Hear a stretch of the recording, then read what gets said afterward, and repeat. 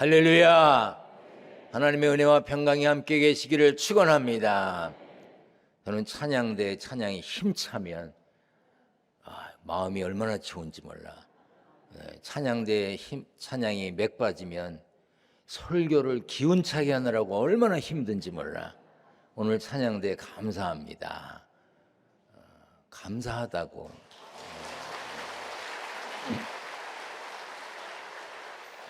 지난 주일 은혜롭게 봉헌 예배를 드렸습니다. 땀 흘리신 모든 분들께 감사드립니다. 수요일 성경 공부가 시작되었고요. 오늘 밤부터 4주 연속 주일 저녁 특별 집회를 합니다. 이번 금요일부터 2년 반 만에 금요 심야 기도회를 시작합니다. 저를 보세요. 이제 오래는 게 많구나. 그런데 여러분 솔직히 얘기해봐. 평생 놀을 거 다 놀았잖아. 주일날 교회도 안 오고 저녁 예배 올 생각도 안 해봤고 금요 심야도 2년 반을 쉬었으니 양심이 있으면 모여야지. 그렇죠? 옆에 분과 인사합니다. 좋은 날 다 갔소. 이제는 안 모이면 부목사님들만 괴롭힐 수밖에 없어요. 내가 뭐하냐 전화해라 이렇게 할 거예요. 그러면 짜증내지 마. 제가 시킨 거예요. 우리 성경을 들고 고백하겠습니다. 저는 예수 믿어 구원받았습니다. 저는 예수 믿어 하나님 자녀 되었습니다. 저는 예수 믿어 천국 백성 되었습니다. 하나님께서 선물로 주신 오늘 하나님 말씀으로 가르침을 받습니다. 눈을 열어 주의 법 안에 있는 놀라운 진리를 보고 깨닫게 하소서. 아멘으로 순종하여 하나님께 영광 돌리는 삶 되게 하소서. 아멘. 그런 삶이 되시기를 축원합니다. 솔로몬이 기도할 때 모습이 이랬습니다. 솔로몬이 여호와의 제단 앞에서 이스라엘의 온 회중과 마주서서 하늘을 향하여 손을 폈다고 했습니다. 솔로몬은 온 회중과 제단 앞에 서서 기도했습니다. 하늘을 향해 손을 펴고 기도했습니다. 그런데 기도를 마칠 때는 무릎을 꿇고 손을 펴서 하늘을 향하여 이 기도와 간구로 여호와께 아뢰기를 마쳤다고 했습니다. 기도 시작할 때는 서 있었고 기도를 마칠 때는 무릎을 꿇고 있었습니다. 기도가 깊어지면서 하나님의 위엄에 압도되어 무릎을 꿇게 되었을 것입니다. 무릎을 꿇었다는 것은 자기 포기와 복종을 의미합니다. 기도하면 할수록 기도에 깊이 빠져들수록 기도하는 자신이 얼마나 작은지 깨닫게 되지요. 그리고 기도하면 들으시겠다고 하신 하나님이 얼마나 크신지 깨닫게 됩니다. 그럴 때 기도하는 사람은 무릎을 꿇거나 엎드릴 만큼 자세가 낮아지지요. 하나님께 순종, 복종하기를 다짐하게 되는 것입니다. 솔로몬이 그랬습니다. 솔로몬은 성전 건축 후에 기도하며 하나님께 온전히 순종을 다짐했습니다. 지난주일 봉헌식을 마친 제 마음도 비교하는 것이 좀 부끄럽긴 하지만 솔로몬과 비슷합니다. 제 안에 은혜가 충만합니다. 기대와 소망으로 가득합니다. 그래서 감사의 기도를 계속하게 됩니다. 하나님 은혜입니다. 감사드립니다. 하나님의 은혜로 여기까지 왔습니다. 기둥교회 성도들이 사명 감당할 믿음과 경제적인 안정의 복을 주옵소서. 기둥교회를 더 크게 써주시고 하나님의 마음이 아픈 일에 앞장서게 하옵소서. 그냥 기도가 반복적으로 나옵니다. 우리는 이렇게 쓰임받을 줄 믿습니다. 그러려면 쓰임받으려면 아까워하지 말아야 합니다. 귀찮아하지 말아야 합니다. 솔로몬은 백성을 위해 축복했습니다. 서서 큰 소리로 이스라엘의 온 회중을 위하여 축복 축복하며 이르되, 그만큼 솔로몬 왕은 백성들을 사랑했습니다. 위했다는 이야기지요. 그리고 하나님을 찬양할 이유를 선포했습니다. 같이 읽겠습니다. 시작. 여호와를 찬송할지로다. 그가 말씀하신 대로 그의 백성 이스라엘에게 태평을 주셨으니 그 종 모세를 통하여 무릇 말씀하신 그 모든 좋은 약속이 하나도 이루어지지 아니함이 없도다. 이 태평이라고 하는 단어, 태평, 창세기 2장에 보면 하나님이 천지를 창조하시고 일곱째 날에 안식하셨다고 그랬어요. 그 안식이라는 단어가 태평입니다. 그리고 시편 23편에 쉴만한 물가로 인도하시는 도다에서 그 쉴만하다고 하는 말이 태평입니다. 태평은 평안과 안식의 의미가 있습니다. 하나님은 말씀하신 대로 이스라엘 백성에게 태평, 평안, 안식을 주셨고 약속을 다 이루어 주셨습니다. 이런 신실하신 하나님이 찬양받으시기에 합당하다는 뜻입니다. 하나님이 주시는 평안은 세상이 줄 수 없고 세상이 알 수도 없는 것입니다. 그렇다고 해서 그 평안이 옛날 이스라엘 사람들에게만 준 것이냐? 아닙니다. 오늘 하나님의 약속을 믿고 예배하는 우리에게도 하나님이 약속해 주신 것입니다. 기둥교회가 51년 동안 부흥하고 성장하면서 일할 수 있었던 것도 하나님이 평안과 태평으로 함께 하셨기 때문에 가능했던 일입니다. 여러분들의 삶 속에도, 여러분들의 마음 속에도 하나님의 태평, 하나님의 평안, 하나님의 약속이 이루어지기를 축원합니다. 솔로몬은 백성들에게 세 가지를 축복했습니다. 먼저 57절입니다. 시작. 우리 하나님 여호와께서 우리 조상들과 함께 계시던 것 같이 우리와 함께 계시옵고 우리를 떠나지 마시오며 버리지 마시옵고. 솔로몬은 하나님께서 조상들과 함께 계시던 것 같이 자신들과도 함께 계시고 자신들을 떠나거나 버리지 않으실 것을 기도하면서 축복했습니다. 솔로몬은 하나님의 임재하심이, 하나님이 함께하심이 백성들에게 가장 중요하다는 것을 알았기 때문에 하나님의 임재를 기도하며 축복했습니다. 마태복음 1장에 보면 예수님의 탄생을 알린 천사는 보라, 처녀가 잉태하여 아들을 낳을 것이요 그의 이름은 임마누엘이라 하리라 하셨으니 이를 번역한즉 하나님이 우리와 함께 계시다 함이라. 피조물인 인간이 누릴 수 있는 가장 좋은 일은 임마누엘 되어주시는, 함께 계셔주시는 하나님이 함께 계시는 거예요. 하나님이 여러분과 함께 계심을 믿으십니까? 그 복이 최고의 복인 걸 믿으시길 바랍니다. 이 시간 제가 솔로몬이 가졌던 마음으로 여러분을 축복합니다. 하나님이 우리와 함께 하십니다. 하나님이 우리를 떠나지 않으십니다. 하나님은 우리를 버리지 않으십니다. 함께 하시는 임마누엘의 복이 여러분에게 가득하기를 축원합니다. 솔로몬의 두 번째 축복은 58절입니다. 시작. 우리의 마음을 주께로 향하여 그의 모든 길로 행하게 하시오며 우리 조상들에게 명령하신 계명과 법도와 율례를 지키게 하시기를 원하오며.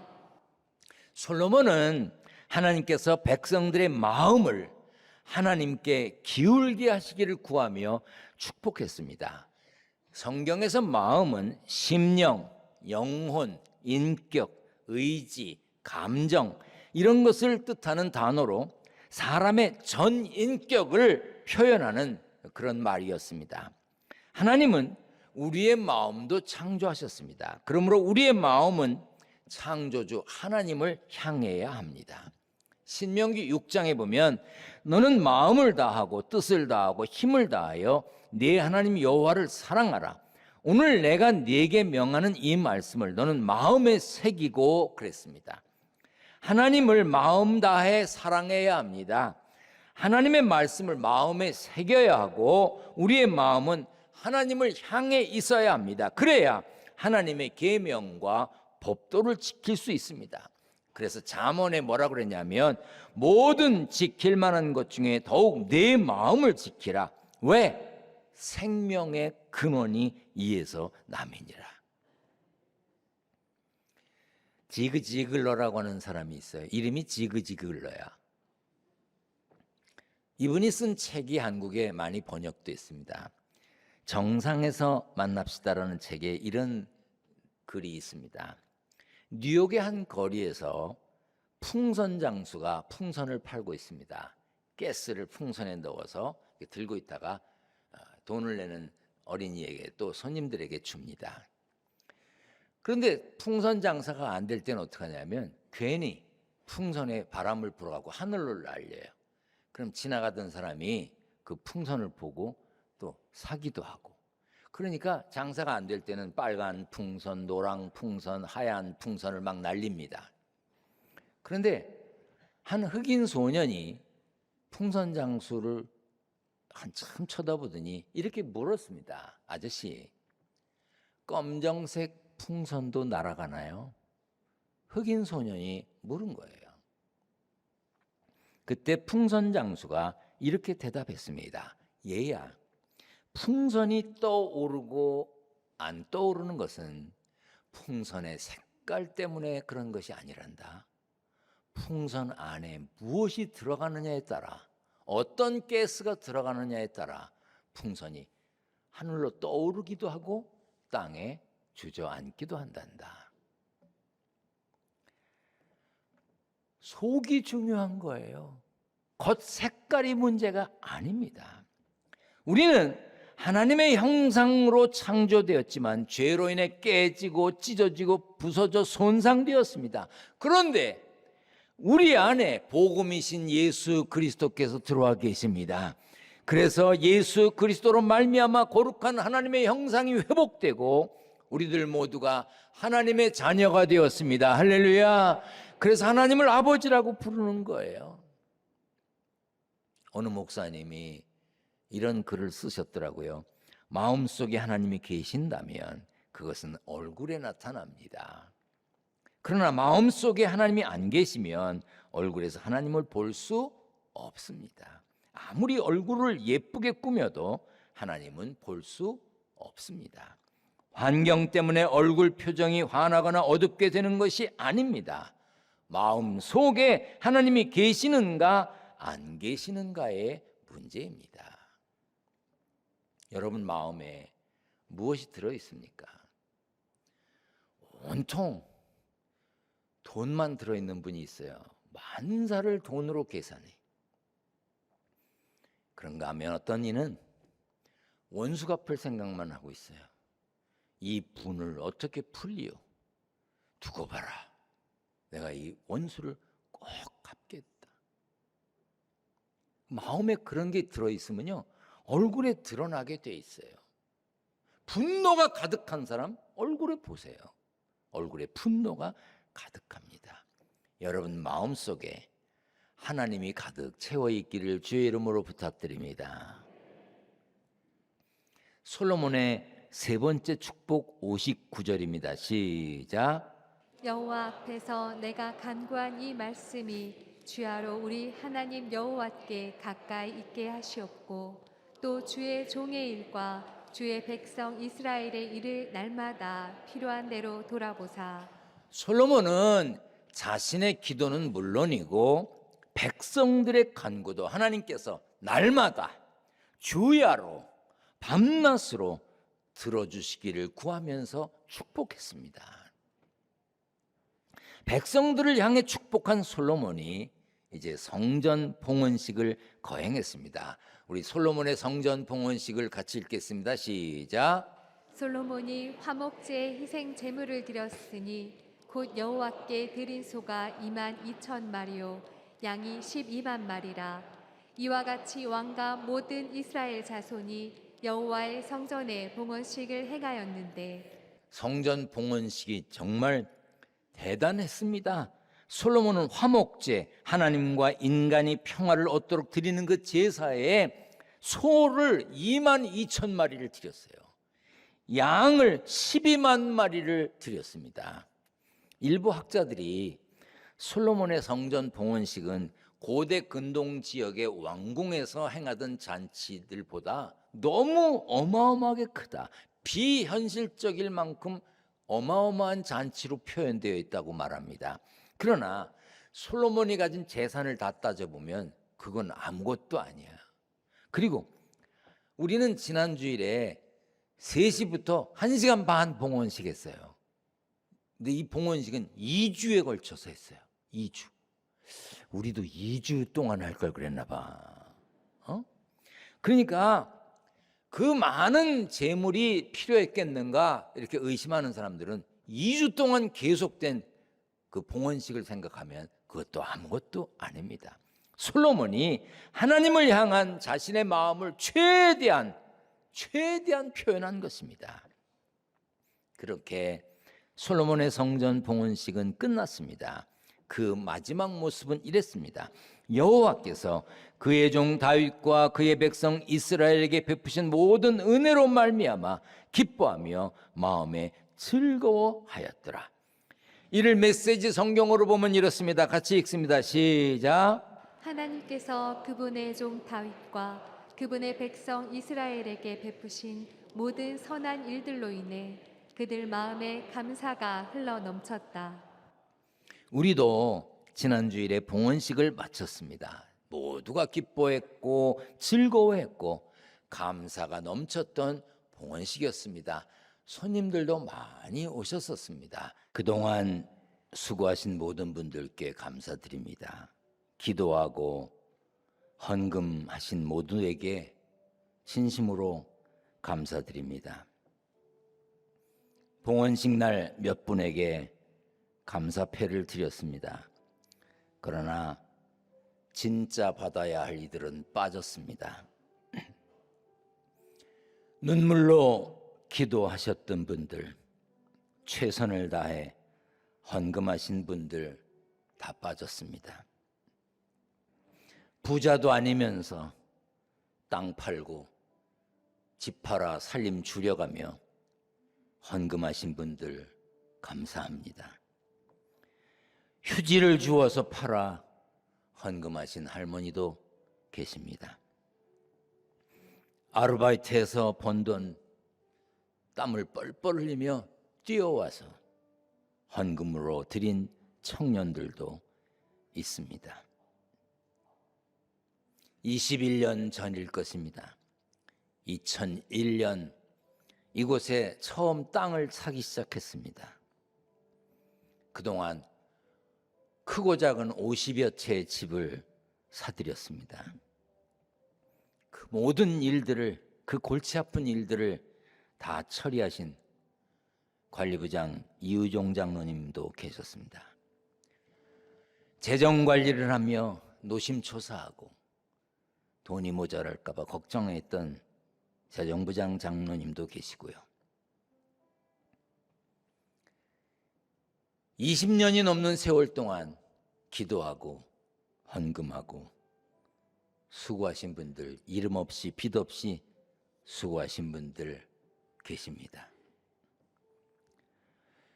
그리고 저도 수고 많이 했습니다. 별로 동의하는 것 같지는 않지만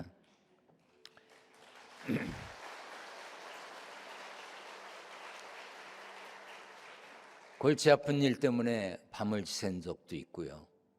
어떤 때는 정말 말도 안 되는 사람에게 모욕적인 말을 듣기도 했습니다. 건축을 위해 설계를 하면서 또 이런 건축을 하는 과정을 통해서 힘들고 어려운 일 많았습니다. 봉헌 선물 못 받았다는 분 계시더라고요. 저도 못 받았어요. 공사하신 분 중에 왜 누구는 감사패 주고 누구는 안 주느냐고 불평하신 분 계시다는데 저도 못 받았습니다. 그래도 저는 장로님들이 모이셔서 담임 목사인 제게 뭔가를 하려는 논의는 했어야 되지 않나? 나는 그렇게 생각해요. 뭐 어디 가서 좀 쉬고 오라고 하든지 아니면 뭘 주겠다든지 아무 말이 없어요. 뭘 한다고 해서도 제가 사양했겠지만 바라는 건 아니지만 그러는 건 아니지 않습니까? 저도 사람이라 서운한 마음이 들기도 하더라고요. 그래서 지난 주 중에 부목사님들과 교회 직원들과 삼겹살집에 가서 마음껏 먹어라, 눈치 보지 말고 먹어라. 그래가지고 방도 따로따로 줬어요. 진짜 많이 먹더라고. 그것으로 위로받았습니다. 사실 저나 여러분이나 세상에서 상 받아야 할 사람들은 아니지요. 천국에서 상 받을 사람이지요. 찬양 중에 그런 거 있지요. 당신의 그 섬김이 천국에서 해같이 빛나리. 당신의 그 겸손이 천국에서 해같이 빛나리. 주님이 기억하시면 족하리. 예수님 사랑으로 가득 찬 모습, 천사도 흠모하는 아름다운 그 모습, 천국에서 해같이 빛나리. 천국에서 해같이 빛날 줄 믿습니다. 우리 모두는 하나님께 영광된 것에 감사하고 모두에게 기쁨과 즐거움이 된 것을 감사하면 되는 것 아닙니까? 솔로몬이 백성들을 향하여 기도하며 축복했던 그 마음이 기둥교회도 가득하기를 축복합니다. 우리와 함께 계시고 우리를 떠나지도 버리지도 마옵소서. 우리의 마음을 주께로 향하여 그의 모든 길로 행하게 하옵소서. 우리의 기도를 들으시고 우리의 일을 필요한 대로 돌아보아 주옵소서. 그리하여 기둥교회를 통해, 기둥교회 성도들을 통해 세상 만민들이 여호와께만 하나님이심을 고백하는 그런 세상이 오기를 기대합니다. 변하지 않는 기둥교회 표어가 있지요. 하나님 마음에 합한 교회, 하나님의 마음에 드는 교회, 하나님 마음에 드는 성도. 그런 목표, 그런 꿈을 가지고 살다가 훗날 하나님이 오라시면 가서 잘했다, 참 잘했어, 착하고 충성되구나 칭찬받는 자리에 주인공 되시기를 축원합니다. 축원합니다.